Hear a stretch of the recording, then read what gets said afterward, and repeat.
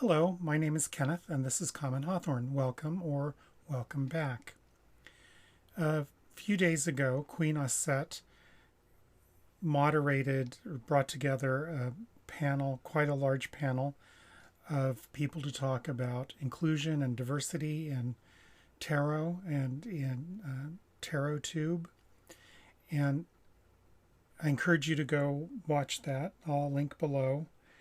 It went just over 2 hours and quite thought provoking. And I am developing some questions and some responses.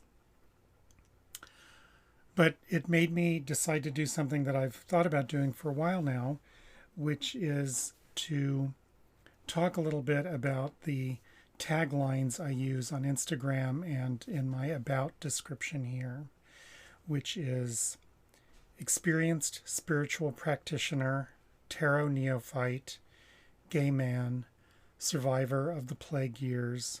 I wear a fairy crown but dress in denim and t-shirts. So I just want to go through some of those. I grew up outside of any religious tradition, but I was culturally Christian, Protestant, and I began exploring my spirituality when I was in college. For a while, I was a member of the Sisters of Perpetual Indulgence, which may be dismissed as theater or rude, but is actually a substantive critique of organized religion and a defense of gay spirituality. But then in my mid-20s, I moved to Philadelphia and I became a Quaker. And I was very involved in Quakerism, holding leadership positions. I've co-authored a chapter about the relationship of ministers and elders to traditional kind of sets of gifts recognized by Quakers traditionally. And I eventually hit a real spiritual dry spell and stopped practicing. But I've continued to exist within a religious sphere. I work for Unitarian Universalists. So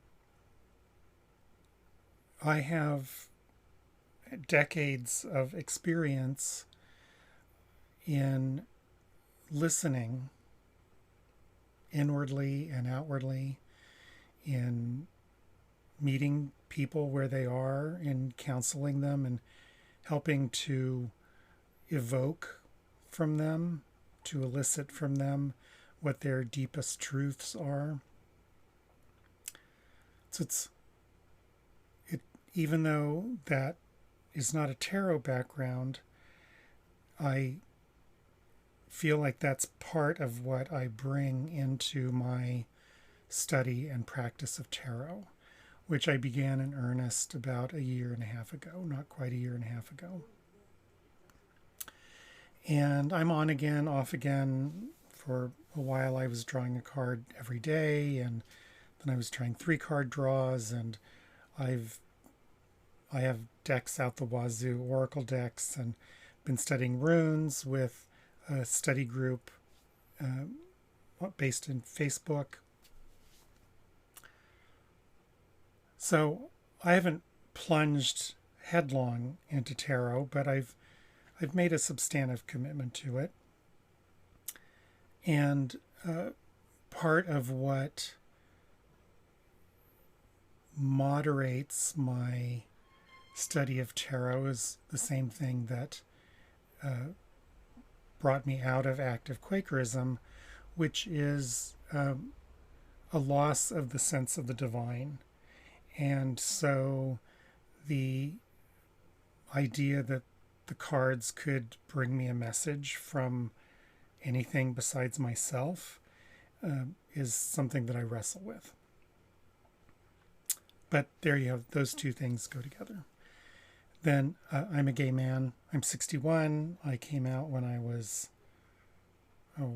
19? I was in college. I was a sophomore in college many years ago. And I've been fully out at work. In all of my workplaces, I'm out to my family, although that was a very, very difficult road. My father didn't speak to me for a year, for instance, until he had a horrible accident, and that brought about a reconciliation. And part of my experience as a gay man is the plague years, the AIDS epidemic, which roared into life when I was in my early 20s, just coming out, discovering myself. And it has profoundly shaped me, sometimes in ways that I didn't realize until recently. The coronavirus pandemic, for me, as for so many gay men, especially gay men my age or older, oh man, I wouldn't say it's PTSD, but because I'm not a psychiatrist and I've never been diagnosed with that or anything like that, but it's what I imagine PTSD to be like. Echoes. Things happen because of quarantine or the way people talk about safety and risk. And my life today is both informed by my experience in positive ways, helping me to think about it and talk about it and think about the difference between being safe and deciding what an acceptable level of risk is, things like that. But it also makes it scary and hard and sad in ways that I think is particular to people who've been through previous epidemics, who've been through a plague. So there's that. Those two go together. And then the final sentence, I wear a fairy crown, but dress in denim and t-shirts, is the part that I'm actually very self-satisfied about. And that's related to the channel title of Common Hawthorn. The hawthorn tree has thorns. I'm a fan of prickly things. I grew up in the desert. And it wasn't until early adulthood that I came across hawthorn trees in planted outside of a grocery store with these really interesting leaves and the beautiful white and pinkish red flowers, and hidden among the foliage are these big old thorns. Well, in the mythology around hawthorn trees, especially common hawthorn in the British Isles, is that they mark the fairies' domain. And this is where my past of being part of the Sisters of Perpetual Indulgence and being a young gay man in San Francisco in the early 80s and living in Provincetown surrounded by drag acts in the best years, fewer this year, and flamboyant artists here. And yet I really do dress in t-shirts and denim or shorts in the summer, and I try not to be fussy about my hair, and I obviously am not fussy about my skin. I have been having fun with nail polish because coronavirus, hand washing, alcohol, disinfectants. And yet I feel that part of what I bring to my spiritual practice and to my practice of tarot is that sense of being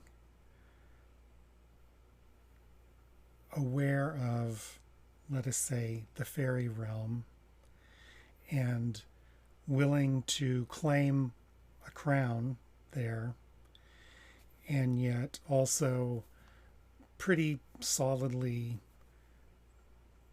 established in a kind of no-nonsense, not flamboyant, later middle age denim and t-shirt existence.